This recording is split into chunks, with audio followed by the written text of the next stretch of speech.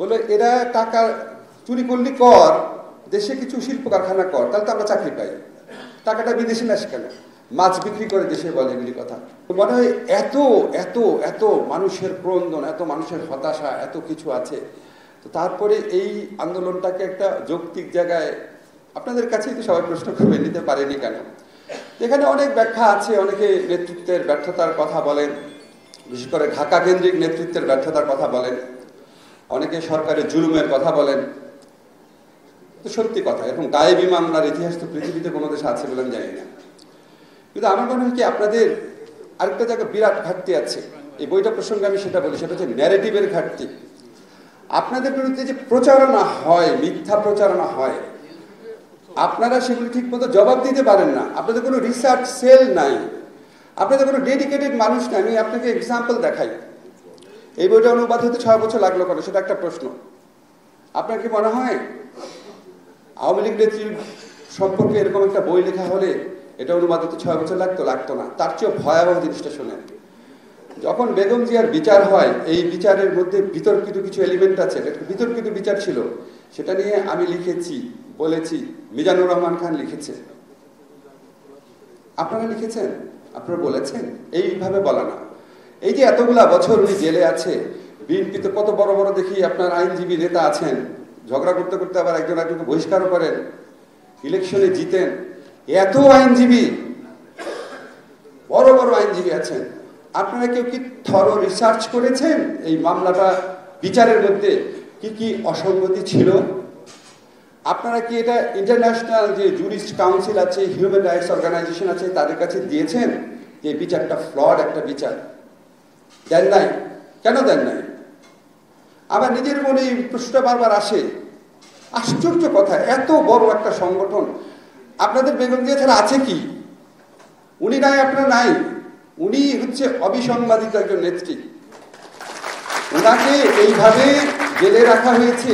এই যে বিএনপির আইনজীবীরা আছেন, বিএনপিতে কি মিডিয়া সেল আছে, রিসার্চ সেল আছে নাকি জানি না, আপনারা এই বিচারে কি কি অসঙ্গতি আছে সেটা খুঁজে বের করার মতো ক্ষমতা অবশ্যই বিএনপি পন্থী আইনজীবীদের আছে। অনেক আছেন, অনেক বড় আইনজীবী। ইন্টারন্যাশনাল যে ফোরামগুলো আছে, হিউম্যান রাইটস অর্গানাইজেশন, জুরিস্টদের অর্গানাইজেশন, এখানকার এমবেসি, সেখানে কি আপনারা একটু বলতে পেরেছেন? এমনি মুখে বলা তো অন্য জিনিস, রাজনীতির মঞ্চে বলা তো অন্য জিনিস, এখানে বলা তো অন্য জিনিস। সেটা আপনারা কেন করেন না?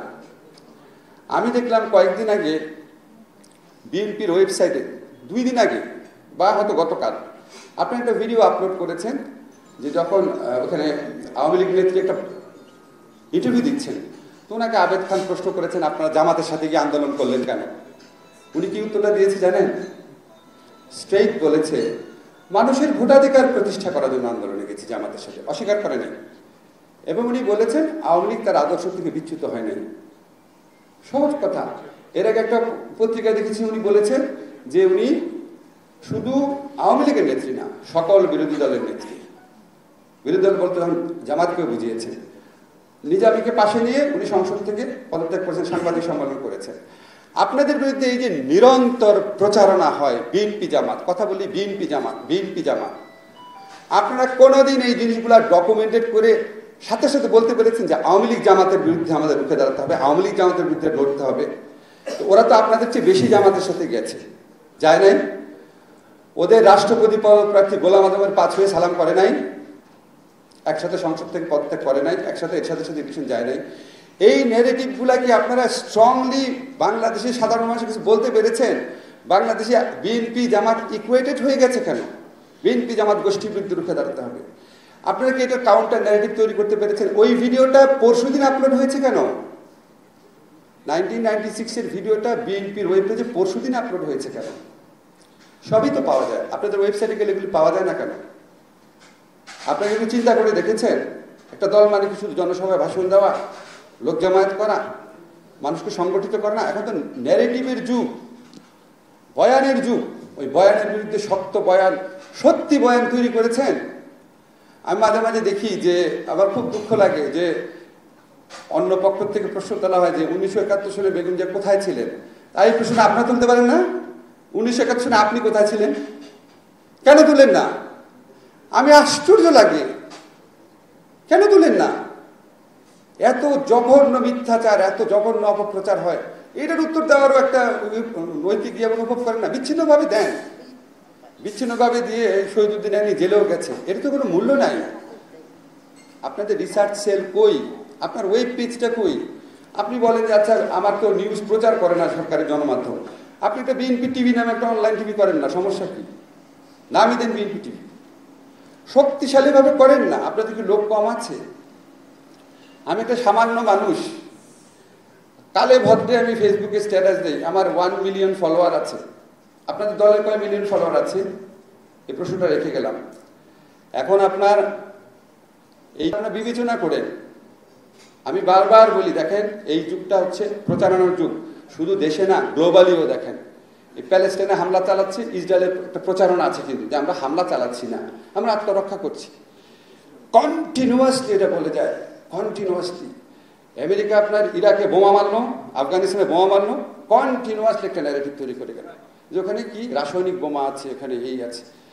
আপনাদের ন্যারেটিভ কোথায়? সত্যি ন্যারেটিভ, নিজেকে ডিফেন্ড করার ন্যারেটিভ। আপনাদের রিসার্চ সেল কই? আপনাদের অনেকে আছে আমি দেখি, মানে ভাব দেখলে মনে হয় কি যে লন্ডন থেকে একটা ফোন পেয়েছে, উনি একদম বড় নেতা হয়ে গেছে, কিছুদিন পরে উনি মন্ত্রী হয়ে যাবে। মানে ভাবটা হচ্ছে নিজের স্বার্থ চিন্তা।